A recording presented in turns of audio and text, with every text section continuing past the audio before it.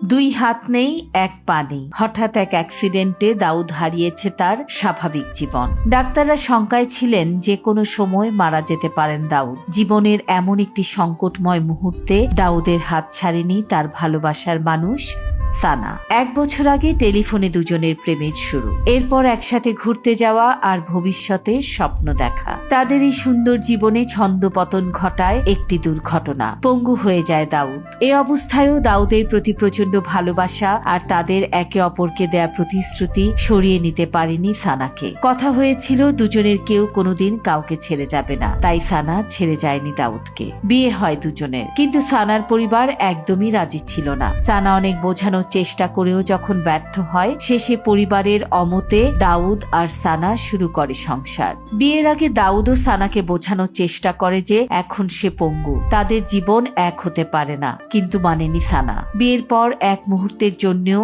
দাউদকে হীনমন্যতায় ভুগতে দেয়নি সানা, যত্ন করেছে পরম মমতায়। এখন তারা দুজনে বেশ ভালো আছে, সুখে সংসার করছে। নিঃস্বার্থ ভালোবাসার এমন এক উজ্জ্বল দৃষ্টান্ত স্থাপন করেছে পাকিস্তানের লাহোরের অধিবাসী দাউদ আর সানা।